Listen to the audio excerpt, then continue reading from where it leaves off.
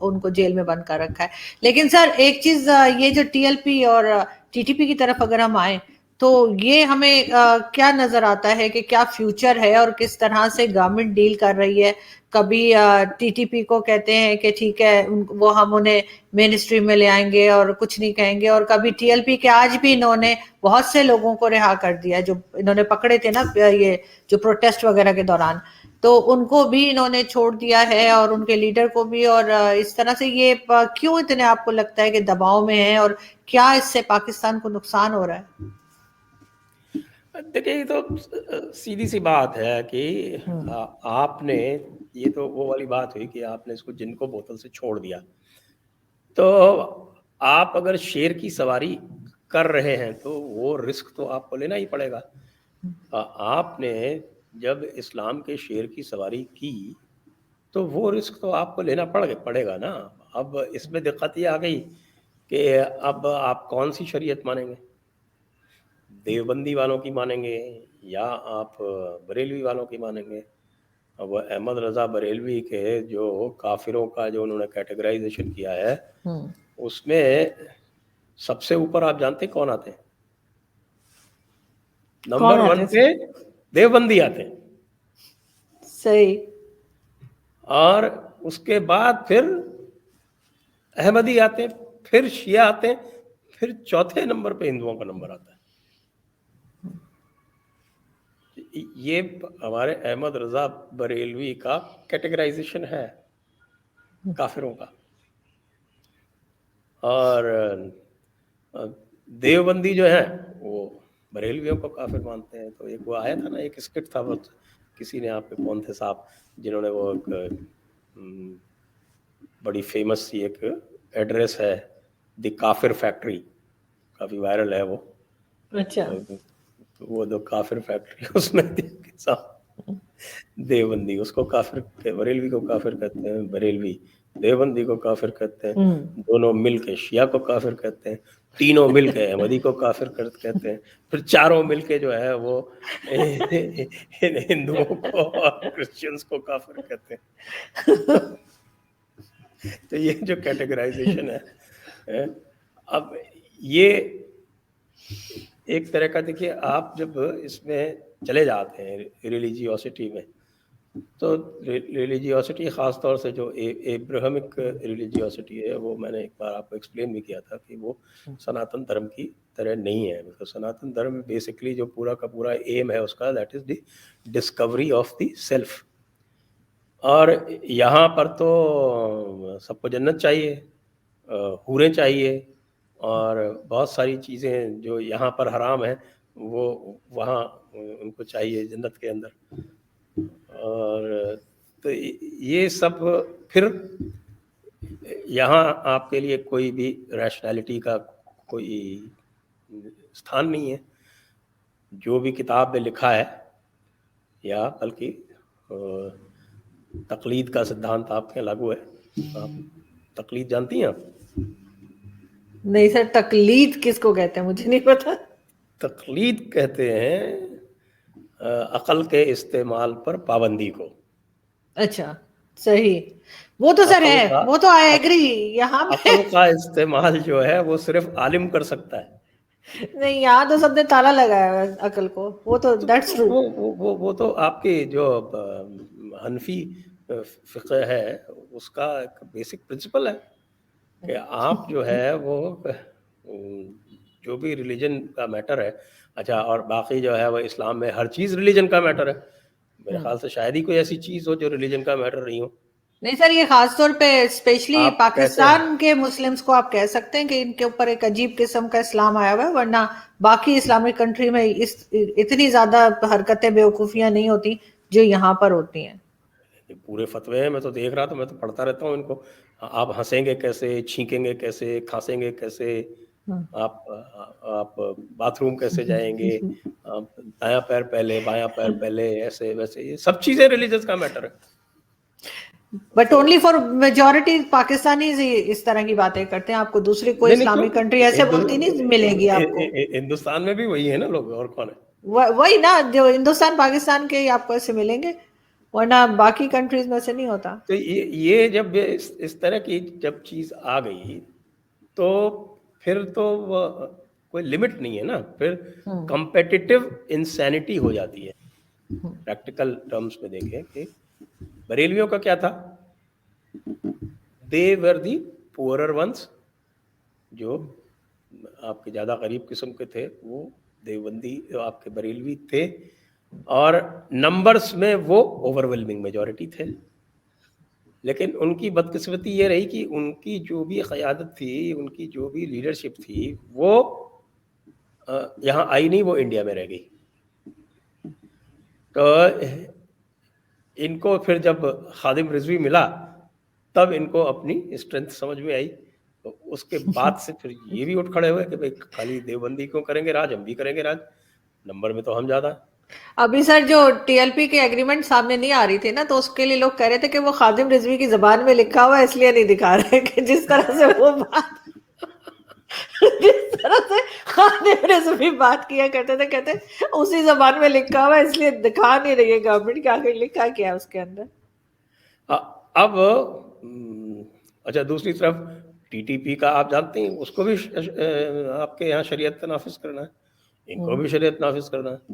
اب مجھے لگتا ہے سرکار کو دونوں کو آپس میں طے کر دینا چاہیے. سرکار کا پاکستان کی سرکار کو یہ کہہ دینا چاہیے کہ بھائی تم لوگ آ جاؤ, ایک بڑا سا میدان دے دیں اور دونوں کو کہے بھائی لڑ دو تم, جو جیتے اس کی شریعت لاگو ہو جائے گی. شریعت تو لاگو کرنی پڑے گی. دیکھیے اب آپ, چاہے آپ افغانستان والی شریعت لاگو کریں اور چاہے آپ ٹی ایل پی والی شریعت لاگو کریں, دونوں میں سے ایک شریعت تو اب لاگو کرنی پڑے گی. نہیں سر, ایسا نہ کہیں. ہم تو چاہ رہے ہیں کہ پاکستان کوئی پروگریسو کنٹری بنے. ہم یو اے ای کی ایگزامپلز دے دے کے ہمارے گلے سوکھ گئے کہ یو اے ای جیسے بن جائے, لیکن یہ کہ یہاں پہ کسی کو سمجھ ہی نہیں آ رہی. مگر سر پھر بھی اب آپ کا آئیڈیل نہیں ہے نا یو اے ای, اب تو آپ کا آئیڈیل ٹرکی ہے. کہ جس طرح سے وہ پروگریسو سے ریگریسو ہو گیا, وہ اب آپ کا آئیڈیل ہے کہ آپ ٹرکی کی طرح بننا چاہیے. اور تو اس لیے لیکن سر ہم ٹرکی کی طرح نہیں بنے, ٹرکی ہماری طرح بن گیا اور وہ ایف اے ٹی ایف میں پہنچ گیا ہمارے پیچھے پیچھے. تو وہ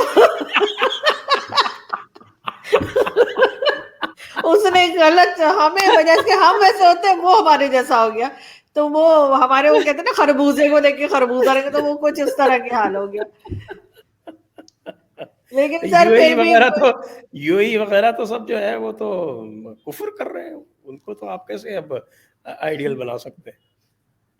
لیکن سر لاسٹ میں یہی پوچھوں گی سر کہ کوئی آگے کوئی آپ کو نظر آ رہا ہے, کوئی ہوپ ہے, چاہے وہ ہندوستان کے مسلمز ہوں, چاہے پاکستان کے ہوں, چاہے یہ ٹی ایل پی ہو, یہ کیونکہ ان لوگوں کو تو, اس طرح کے لوگوں کو تو ہندوستان میں بھی بڑا اپریشیٹ کیا جاتا ہے. طالبان کی گورنمنٹ آنے میں تو وہاں بھی بڑا جشن منایا گیا تھا ہندوستان میں. یہاں کے تو جو ہے وہ میں نے کہا نا کئی بار کہ Pakistan is not a territory, Pakistan is an idea. وہ ایک سیپریٹسٹ آئیڈیا ہے. اور وہ میں کئی بار کہتا ہوں کہ صاحب کہ وہ تو حضور کی سنت سے ہی اگر لوگ ٹریس کر لیتے ہیں اس کو کہ وہیں سے ہی ہے. تو جب وہ ایک آئیڈیا ہے اور بڑا پاورفل آئیڈیا ہے تو پھر وہ وہاں بھی لاگو ہوتا ہے. آپ دیکھیے نا کشمیر میں کس طرح سے انہوں نے برتاؤ کیا, اور آج بھی انجرڈ انوسنس دکھاتے ہیں, اور سارے کے سارے لوگ وہی ہیں جنہوں نے وہاں سے ہندوؤں کو بھگایا. آپ یہ دیکھیے کہ ایک میجورٹی ہندو کنٹری میں بھی ایک پاکٹ مل گئی جہاں پہ وہ میجورٹی میں تھے, وہاں سے انہوں نے جو وہاں کی لوکل مائنورٹی تھی اس کو باہر کر دیا. تو Pakistan is an idea, idea کہ صاحب ہم دین جو ہے وہ اور کسی کے ساتھ نہیں رہ سکتا, وہ کسی کو اپنے میں شریک نہیں کر سکتا. پرابلم یہ ہے کہ سر مائنورٹیز کے ساتھ جو پاکستان میں ہوتا ہے وہ اسی تھاٹ سے تو آتا ہے, اور کہاں سے آتا ہے. لیکن سر پرابلم تو یہ ہے کہ آپس میں بھی نہیں رہ سکتے نا. 2 یا 3% مائنورٹی کس کو کیا خطرہ دے رہی؟ نہیں, دیٹس ٹرو, یہ صحیح ہے. لیکن سر ان کا پرابلم یہ کہ آپس میں بھی نہیں رہ پاتے نا. وہی جیسے یہ دیوبندی ہے, یہ شیعہ ہے, وہ سنی ہے, وہ احمدی ہے, یہ کر کے آپس میں بھی تو نہیں رہتے. تو یہ چیز جو ہے وہ ضرور ڈیمیج کر رہی ہے، اور اسلامک کنٹریز کو اسپیشلی، اور ان کو یہ سوچنا چاہیے کہ یہ کس طرف جا رہے ہیں، کہ باقی ساری کنٹریز جو ریلیجن کے اوپر نہیں بنی ہوئی ہے، ریلیجن کو اتنا زیادہ مطلب ٹھیک ہے ریلیجن ہونا چاہیے لیکن سائڈ پہ ہونا چاہیے، کنٹری میں آپ ساری چیزیں اس کے اوپر نہیں چلا سکتے، ایجوکیشن پہ ہونا چاہیے، اکانومی پہ ہونا چاہیے، وہ کام یہاں نہیں ہو رہے ان کنٹریز میں، نہ افغانستان میں نہ پاکستان میں۔ اور نہ ہی میں دیکھتی ہوں کہ ہندوستان کے بھی جو مسلمان ہیں وہ ایجوکیشن میں کافی پیچھے ہیں۔ اب اس کی جب بھی میں پوچھتی ہوں کسی سے وہ ڈفرینٹ مجھے ریزنز بتاتے ہیں، لیکن ہندوستان کے مسلمانوں کو میں نہیں دیکھتی کہ وہ بہت زیادہ ایجوکیشن میں آگے بڑھے ہوں، یا تو خود نہیں جاتے یا کیا وجہ ہے، لیکن کئی لوگوں سے میں نے پوچھا ہے، ایون انڈیا سے بھی میں نے بات کی تھی، انڈیا سے کئی مسلمز آئے تھے ان سے، تو ان کا یہی کہنا ہے کہ خود نہیں جا رہے یہ لوگ، یا گورنمنٹ نے تو خیر دی ہے فیسلٹی لیکن اب کیا وجہ ہے پتہ نہیں۔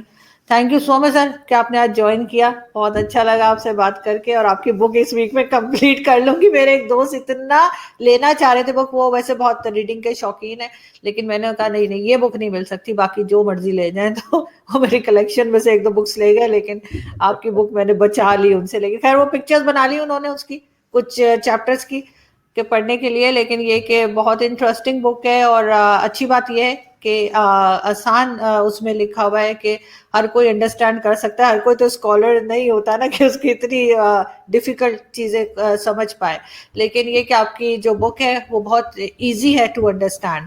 Thank you so much sir again کہ آپ نے آج جوائن کیا، بہت شکریہ۔ Thank you very much, thank thank you, you thank you, آپ کو بھی اور آپ کے ویورز کو بھی، thank you so much. Thank you sir, thank you sir.